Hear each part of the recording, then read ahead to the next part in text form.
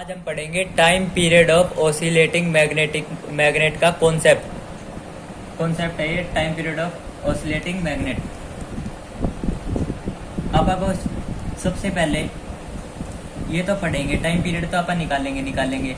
अपन ये शो करके दिखाएंगे कि एक मैग्नेटिक फील्ड के अंदर एसएचएम करके दिखाएगी सिंपल हार्मोनिक मोशन।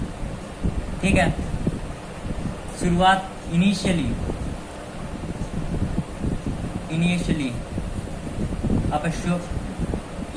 क्या है, पहले तो आप शो करके दिखा देता हूँ। शो एसएचएम करके दिखाएंगे, आप एसएचएम शो करेंगे। एसएचएम मतलब सिंपल हार्मोनिक मोशन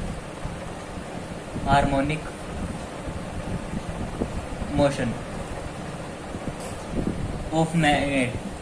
यदि कोई मैग्नेटिक फील्ड के अंदर रख दी जाए और उसको थोड़ा सा टिल्ट कर दिया जाए, वो सिंपल हार्मोनिक मोशन शो करेगी। आप ये शो करके दिखाएंगे, फिर उसका टाइम पीरियड ही निकालेंगे। ठीक है, इसका कॉन्सेप्ट पढ़ेंगे। इनिशियली क्या है, मान लो कि ये मैग्नेटिक फील्ड इस साइड है, यहाँ पे मैग्नेटिक फील्ड है बी, यहाँ से एक मैग्नेट लटका रखी है अपन ने। मैग्नेट लटका रखी है साउथ नॉर्थ डायरेक्शन। ठीक है, जिसका मास है m और लेंथ है l। मास है m और लेंथ है l। इसका मैग्नेटिक मोमेंट की डायरेक्शन क्या होगी, साउथ से नॉर्थ। मतलब मैग्नेटिक मोमेंट की डायरेक्शन और b की डायरेक्शन सेम है।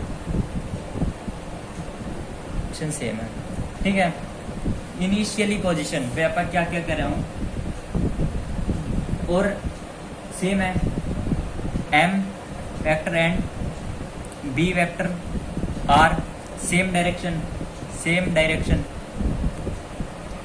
सो इसमें m वेक्टर और b वेक्टर में थीटा कितना हो गया, 0 डिग्री। मतलब स्टेबल इक्विलिब्रियम आ गया। ये आराम से पढ़िए यहाँ पे। अभी एफ नेट भी 0 है और टाउ नेट भी 0 है इस पे। स्टेबल इक्विलिब्रियम, क्योंकि ये एक फोर्स यहाँ लगेगी, एक फोर्स यहाँ, ये दोनों ये कैंसिल कर देगी। पिछली वीडियो में आपको पता चल गया। और टाउ नेट भी इस पे 0 है। ये मस्ती से आराम से पड़ी है। आपा फिर क्या करते हैं, थोड़ी देर बाद आपने करा कि जो ये मैग्नेट है इसको थोड़ा सा क्या करेंगे, फाइनली ये जो मैग्नेट है इसको थोड़ा सा ऊपर खींच के छोड़ देंगे, तो ये स्विंग मोशन करने लग जाएगा ऐसे ऐसे झूले की तरह। ठीक है, आपने क्या करा, फाइनली जो मैग्नेट है इसको थोड़ा सा कुछ एंगल पे ऐसे ले गए हम। ठीक है, ये साउथ ये नॉर्थ, थीटा एंगल ऊपर ले गए, थीटा एंगल। तो ये स्विंग करना शुरू कर दिया। ठीक है, एंटी क्लॉकवाइज में लेके गए हम ऐसे उल्टा। ठीक है, तो फिर क्या होगा, यहाँ पे एक टॉर्क लगेगी, फिर से रिस्टोरिंग टॉर्क, जो अपनी पोजीशन में यहीं पे जो ये स्टेबल था ये यहाँ जाना चाहेगा, पर इनर्शिया की वजह से ये फिर ऊपर चला जाएगा इस साइड।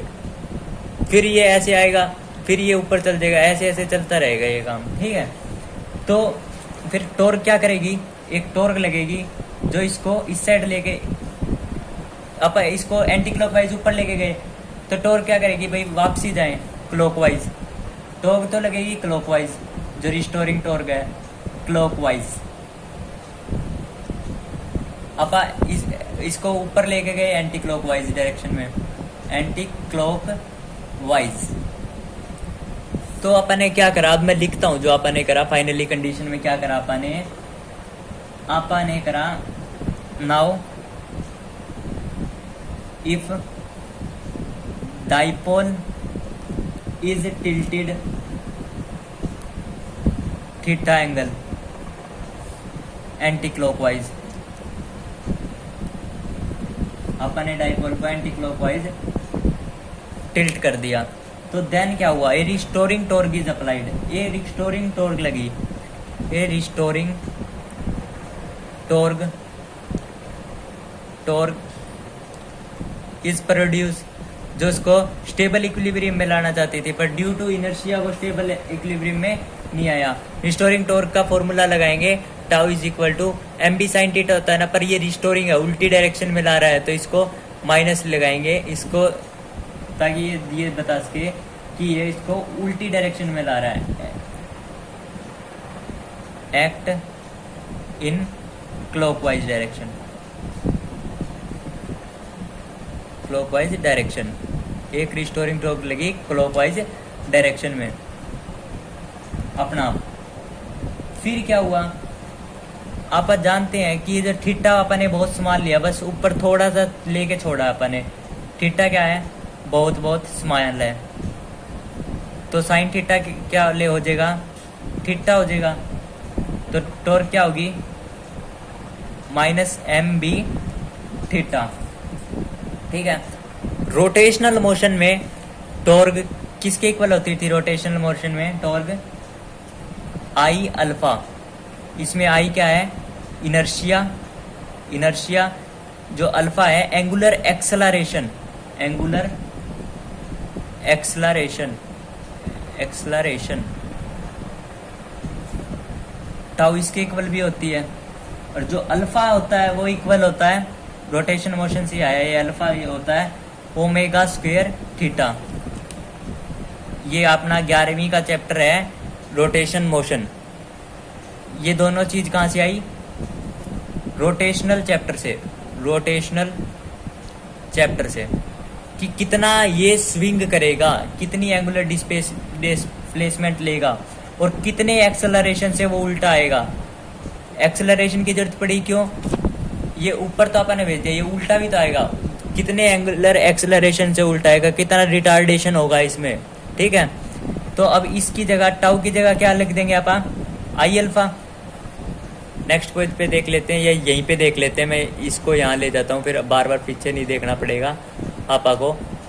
इसके आगे क्या करेंगे, टाउ, टाउ की जगह क्या रखें, I alpha, I alpha is equal to किसके हो गया, m b theta, m b theta के इक्वल हो गया। अल्फा किसके इक्वल है, omega square theta, m b theta, theta से थीटा कैंसिल, यहां से आप किसकी वैल्यू निकाल लेंगे, ओमेगा स्क्वायर की, एम बी आई, ओमेगा की वैल्यू क्या आ गई,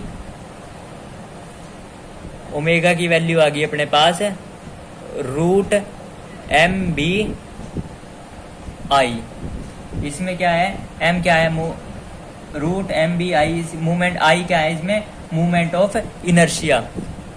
ठीक है, माइनस, माइनस का निशान आप भूल गए थे, सॉरी अपने से एक मिस्टेक होगी, जो अल्फा होता है ये माइनस आएगा, क्योंकि यहाँ पे रिटार्डेशन हो रहा है ना, एक्सेलरेशन नहीं हो रहा है, रिटार्डेशन हो रहा है। अल्फा होगी, ये रिटार्डेशन है कि वापसी आ रहा है, यदि सीधा चलता तो एक्सेलरेशन, उल्टा ने रिटार्डेशन हो रहा है, तो ये रिटार्डेशन का साइन है माइनस का। यहाँ पे माइनस, यहाँ पे माइनस, ये माइनस माइनस प्लस हो गया, ये थीटा से थीटा गया, ओमेगा स्क्वायर, ये एम बी आई, और ये एम बी आई का रूट, ओमेगा की वैल्यू ही आ गई।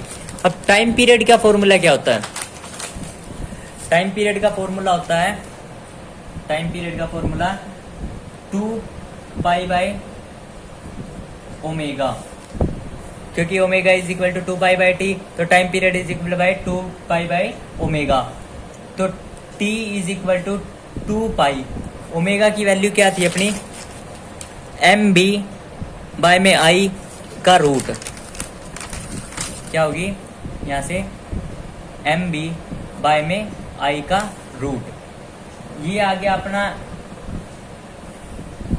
Time period, time period.